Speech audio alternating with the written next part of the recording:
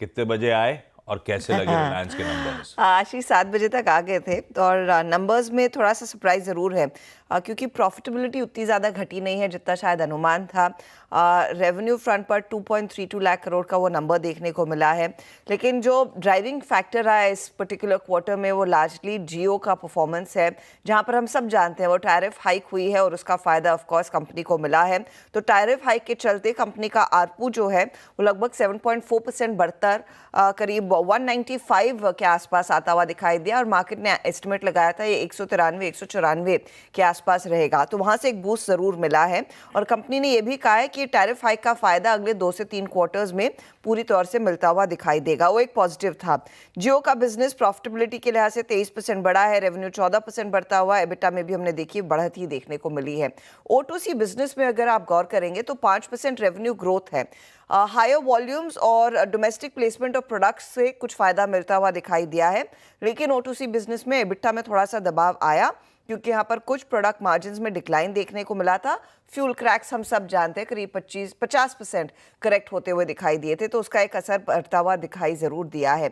लेकिन अगर आप ऑयल एंड गैस बिजनेस पर ध्यान देंगे तो ऑयल एंड गैस बिजनेस में रेवेन्यू थोड़ा सा फ्लैटिश ज़रूर दिखाई देगा क्योंकि गैस रियलाइजेशन का कुछ इम्पैक्ट बनता हुआ दिखाई दिया था। 6% वो करेक्ट हुए थे इस पर्टिकुलर क्वार्टर में। हालांकि इबिटा में ग्रोथ है, इबिटा में ग्रोथ 11% की इसीलिए आई है क्योंकि वॉल्यूम ग्रोथ पिकअप होता हुआ दिखाई दिया और एक वन टाइम प्रोविजनिंग भी हुई है ताप्ती फील्ड की। तो उस लिहाज से अगर आप देखें तो जियो ने लीड किया।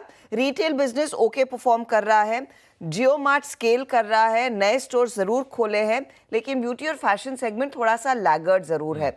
बड़ा हाईलाइट जियो ही है। हाईलाइट है जियो और उसमें गजब के वो आरपू के नंबर्स। कुछ ही देर में ब्रोकरेज रिपोर्ट सामने आ जाएंगी तो वो भी आपके सामने प्रेजेंट कर दूंगा। ग्लोब अच्छा, रिलायंस से डिसअपॉइंटमेंट नहीं बल्कि जियो का परफॉर्मेंस अच्छा। तीसरा इंपॉर्टेंट क्यू हमारा अपना इन्फ्लेशन प्रिंट। हेडलाइन कह रही थी थोड़ा सरदर्द बढ़ गया भाई साहब। 3.65% पिछले महीने, इस बार बढ़ के 5.5%। 5 WPI नहीं बाबा, CPI। WPI तो 12 बजे आ गया था।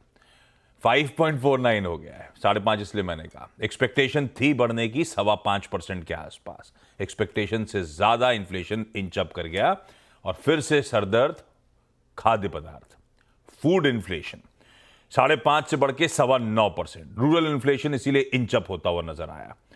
तो पूरी तरह से जो इन्फ्लेशन का प्रिंट बिगड़ा है वो वोलेटाइल फूड प्राइसेस के चलते, और ज्यादातर एनालिस्ट मानते हैं कि वो जो इरेटिक मॉनसून के पैटर्न्स थे उसने इंपैक्ट करा। इनफैक्ट कल मैं किसी एग्री पेज की इंटरेस्टिंग हेडलाइन पढ़ रहा था, टमाटर की कीमतें 66% बढ़ के 100 रुपए के पार हो गई हैं। पता नहीं, बीवी ने रियलाइज नहीं कराया मुझे, लेकिन महंगाई काफी ओवरशूट कर गई है बाय द वे। आशीष आज टिफिन में चेक कर लेना तब रियलाइजेशन। ये मैंने रियलाइज नहीं करा, हो सकता है टमाटर आ ही ना रहा हो लेकिन बहुत ज्यादा प्राइसेस बढ़े इसीलिए गड़बड़ा गया। अच्छा, कोर इन्फ्लेशन जो है वो 3.4 से बढ़ के 3.5%। ऐसा नहीं कि सिर्फ फूड इन्फ्लेशन, खाद्य पदार्थ बढ़ रहा था, कोर इन्फ्लेशन भी थोड़ा सा इंच अप हुआ है। पर उसमें एक ब्यूटीफुल रीड थ्रू है, ये ग्रेजुअल इंक्रीज कोर इन्फ्लेशन में शायद एक प्रीकर्सर हो सकता है डिमांड रिवाइवल का।